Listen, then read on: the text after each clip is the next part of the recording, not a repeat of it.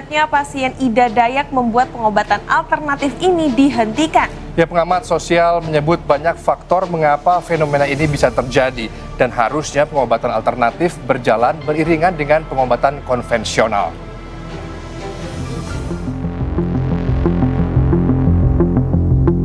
Perempuan bernama asli Ida Andriani lahir di Pasir Belengkong, Kabupaten Pasir, Kalimantan Timur.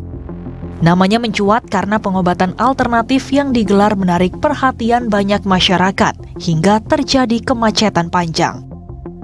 Disebut Ida Dayak karena saat mengobati pasiennya dia selalu mengenakan pakaian adat dan aksesoris khas suku Dayak.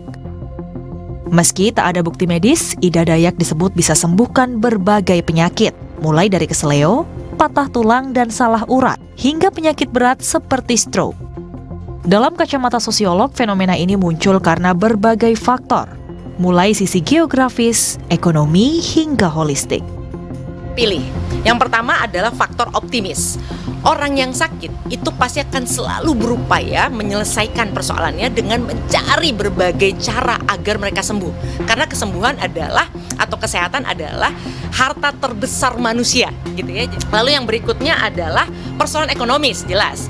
Menariknya kalau pengobatan alternatif, orang kan bisa membayar sesuai dengan kemampuannya. Bahkan ada yang gratis, gitu ya. Seharusnya pengobatan medis dan pengobatan alternatif berjalan beriringan karena memiliki tujuan yang sama. Kalau di luar, pengobatan alternatif bahkan sudah diakui.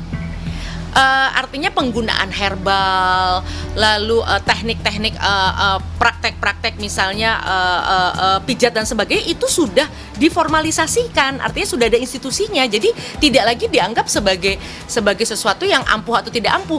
Dia menjadi bagian dari keseluruhan upaya orang untuk sehat.